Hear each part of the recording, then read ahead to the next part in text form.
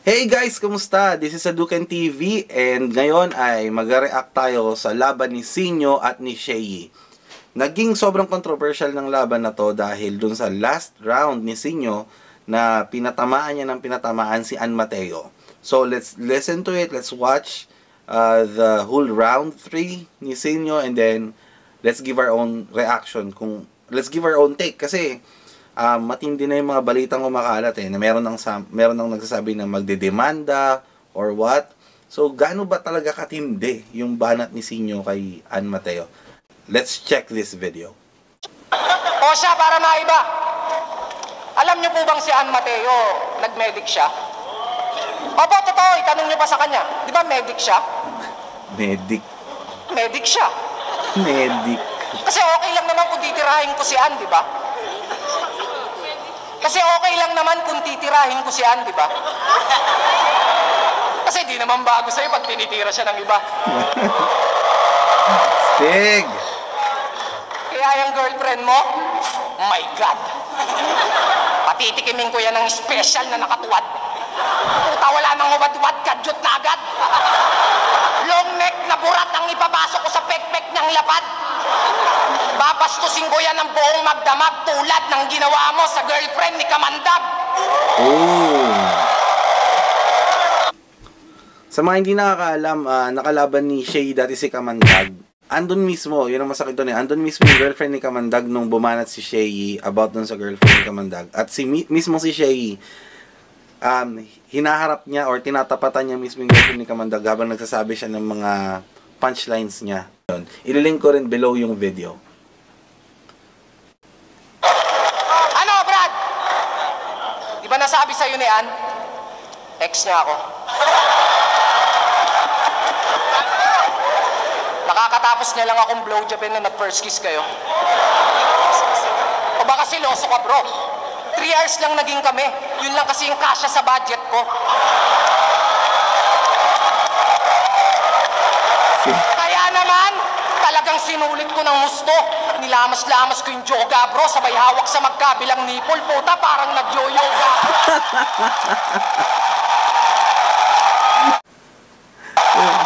Ganun pa siya.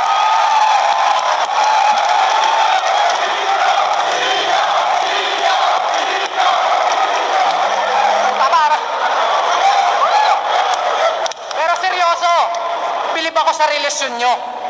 Nagmamahalang adik at pokpok. Bagay na bagay nga kayo ni Ann. Isang runner at pawok. Mga purok. Parehas pa kayong player, di ba? Mga gamers. Parehas pa kayong gamer, di ba? Mga player ng Dota. Kaya sanay na sanay ka na pag ginagambang siya ng iba. Dota reference. Pag naglalaro sila, si Ann puro cleavage yung pinapakita. Ito namang gagong to, mas malakas pa yung trash talk kaysa sa damage niya.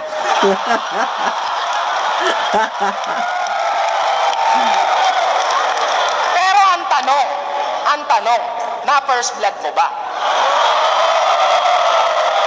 Baka mamaya feeling godlike ka sa kanya, puro finger of death ka lang pala. Astig! Pero seryoso, tangina. Sana pag nagkaanak ka, maging babae. Tapos kay Ann magmana. Ewan ko lang kung maging proud ka pa pag dumating yung panahon na sabihin sa'yo ng anak mo na, Papa, pangarap ko kung maging katulad ni Mama. Puta! Payag ka nun? Yung girlfriend mo minamanyak ng iba? Halos mga katropa mo pa? Mismo ngang si Arik umamin na. Talaga. So, type pala ni Enigma si Ann Mateo. Totoo kaya yung kumamay pa oh. Mukhang totoo nga. Pero okay lang daw yun sa kanya. Kasi ang motto niya, at least hanggang Jakul lang naman sila. Putay, hindi mo na nga dapat kinusinte. Ibinagmamalaki mo ba? Oy, smaglas. Hindi nga ni smaglas yun. Yung tatay mong pastor sa kanya. Di ka pa rin maiwan-iwanan ni Ann kahit alam niyang binubugaw mo na siya. Para maging mabenta, bagsak presyo ang laman. Mura. Yan ang girlfriend niya. Puta! Ginawang puhunan ng hinaharap para sa hinaharap niya. Paano ba naging sexy yun? Kung binababoy ng iba. pinagpalit ang puri para sa papuri nila. Oo, may maganda siyang image pero ang laswa ng imahe niya. Maganda nga siyang modelo pero di siya magandang modelo para sa iba. Ngayon tatanungin kita, kung masaya ba akong kabattle pag di ako nagpapatawa? O baka yung mga hurado magreklamo kasi yung tira ko hindi rekta kay Gago. Hindi naman kasi to battle eh, threesome to.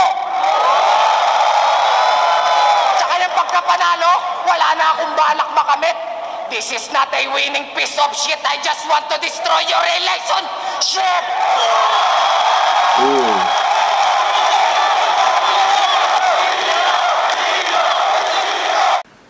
So, ayun.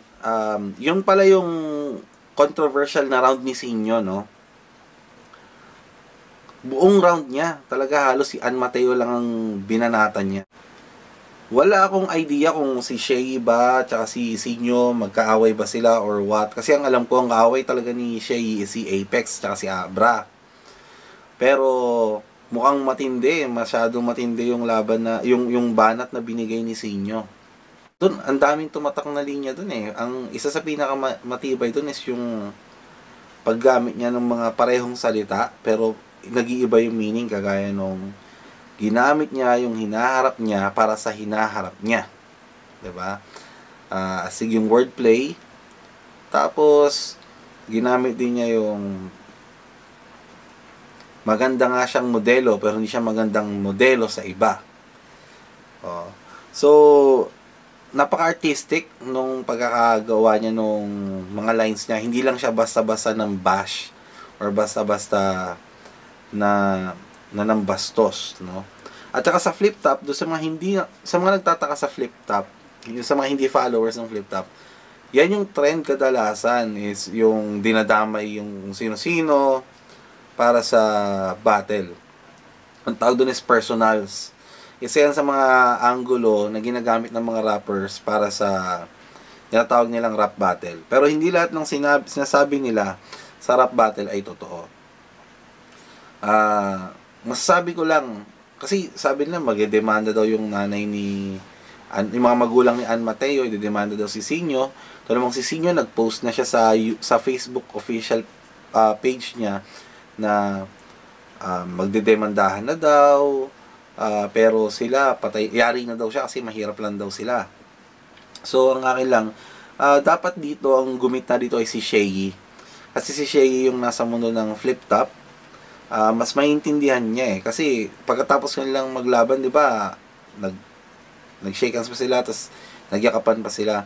Kasi, alam naman nila na hindi totoo yun. At saka sa laban na to, si Shea ang unang bumanat sa asawa ni Sinyo. So, kung titignan natin, parang gumanti lang si Sinyo kay Shea sa laban na to. Kung gusto nyo makita yung buong laban, makikita nyo siya sa flip top channel, ililink ko sa baba. At saka yung laban ni Shea kay Kamandag, ililink ko rin sa baba. Kamandag, para malaman ninyo kung gaano ba katindi yung binanat din ni Shea kay Kamandag. Hindi ko sinasabi na mali si Sinyo, hindi ko sinasabi na mali si Shea. Ang sinasabi ko lang naman dito this is a rap battle. So, pwede mong sabihin lahat ng gusto mong sabihin, pero dapat hindi mo pinipersonal dahil kapag napikon ka, ikaw ang talo. Ayun nga lang, ang malungkot, nadadamay is yung mga ibang tao na hindi naman kasama sa mundo ng flip top. Ang masakit lang nito is celebrity kasi si Ann Mateo, kaya naging parang malaking skandal sa pangalan niya ito. At nadadrag na yung pangalan niya dito at nabibigyan siya ng negative publicity, kagaya ng sinabi nga ni Sinyo na si Ann Mateo ay pawok. So, siguro isa rin yun sa mga dahilan bakit parang nag-react ng pangit or nang hindi maganda yung mga magulang ni Ann Mateo. So kayo, panoorin nyo yung clips, yung mga link na ilalagay ko sa baba, kayo na rin ang humusga. Dapat na bang itigil ng flip top yung mga ganyang uri ng personals? Or normal lang ba to? Yung iba kasi iniisip nila na madali lang ginagawa ng mga rappers, basta lang mambabara lang sila. No, this is an art artistic yung way ng pagkakalapag ng mga salita nila. So, kung palagay nyo na madali lang mag-rap battle, well, think again. Out!